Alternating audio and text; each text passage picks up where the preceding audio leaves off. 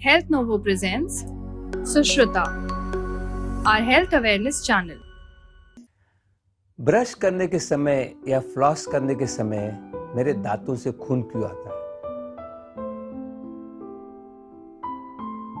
ये हमेशा पेशेंट हमें पूछते हैं या दोस्त लोग पूछते हैं, वो खून क्यों आता है?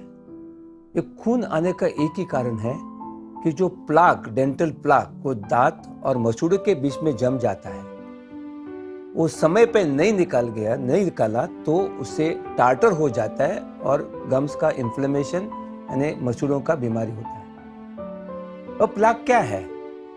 मैं आपको अभी ये मॉडल पे बताता हूँ। ये आपके दांत है और ये मसूड़े है। जब आप कुछ खाना खाते हैं, खाना खाने के बाद एक थिन फिल्म रहती है, वो मसूड़े और दांत के बीच में रहती है और दांतों चबाने के जो सरफेस है दांत का वहां रहती है।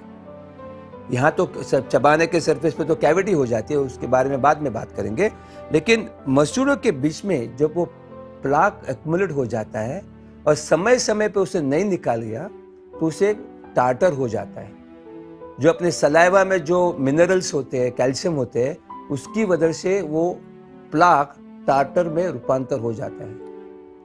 और वो जो टार्टर है वो गम्स को इरिटेट करता है और उसी वजह से गम्स सूज जाते हैं और लाल हो जाते हैं। अभी मैं आपको इस चित्र में बताता हूँ कि प्लाक कैसे जम जाता है, प्लाक का रूपांतर टार्टर में कैसे होता है और उसकी वजह से अपने मसूड़ों की बीमारी कैसी होती है। अब यहाँ देखिए, ये जो गम्स है वो पिंक इन कलर है, आपके मसूड़े पिंक है यानी हेल्दी है। ये दांत है, जैसे कि क्रॉस सेक्शन में ये दांत है, ये जड़ है और जड़ हड्डी में है और हड्डी और जड़ के बीच में गम्स है, उसको हम डेंटिस्ट में पेरियोडोंशिया कहते हैं। और जो ऊपर है ये पिंक कलर, उसे हम जिंजाइवा और गम्स करते हैं, मसूड़े कहते हैं। जब प्लाक फॉर्म हो जाता है, प्लाक जम जाता है, वो थिन फिल्म जम जाती है मसूड़े और दांत के बीच में, वो फिल्म के साथ जंतु यानी बैक्टीरिया रहते हैं, वो नॉर्मल बैक्टीरिया रहते हैं। वो बैक्टीरिया जमने से वो प्लाक थोड़ा जाड़ा थिक बन जाता है।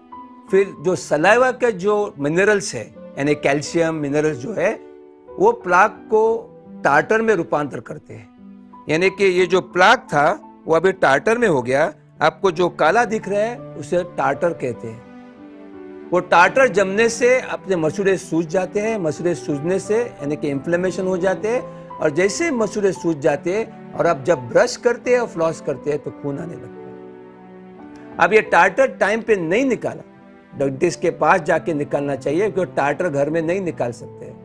वो टार्टर बहुत मजबूत होता है, इतना मजबूत होता है कि आपको लगता है आपके दांत ज्यादा मजबूत हो गए, लेकिन वो टार्टर दो दांत के बीच में जमने से दांत आपको मजबूत लगते हैं, वो सूडो यानी फॉल्स मजबूत है। वो टार्टर नहीं निकाले तो टार्टर और जम जाता है, मसूड़े नीचे जाते हैं, उसे हम रिसीडिंग गम्स कहते हैं, हड्डी कम हो जाती है, लेकिन आपको दर्द नहीं होता है। आपको लगता है दर्द नहीं है, तब तक दांत की बीमारी नहीं है, क्योंकि दर्द और दांत की बीमारी साथ साथ जाती है। तो आप वैसे चालू रखते हैं, तो जैसे ब्रश करते हैं, डेंटिस्ट के पास नहीं जाते हैं, तो पेरियोडोंटाइटिस यानी कि मसूड़े नीचे तक सूज जाते हैं, पस आ जाता है और पस आने के बाद उसे हम कहते हैं फ्लो ऑफ पस इज कॉल्ड पायोरिया। उसी में दांत अपने मजबूत होते हैं क्योंकि टार्टर की वजह से मजबूत होते हैं। जब आप डेंटिस्ट के पास जाते हैं और सफाई करने के बाद आप कहते हैं कि अरे यार डेंटिस्ट के पास गया और दांत हिलने लगे, अरे यार डेंटिस्ट के पास गया तो सेंसिटिव हो गए। दांत हिलने लगे डेंटिस्ट की वजह से नहीं, दांत हिलने लगे क्योंकि आपके जड़ यानी हड्डी कम होने से जड़ की मजबूती कम होगी, इसके लिए दांत हिलती है। लेकिन एक चीज मैं आपको बताना चाहता हूं कि हेल्दी यानी दांत अच्छे और हेल्दी रहने से दांत मजबूत हो जाते हैं।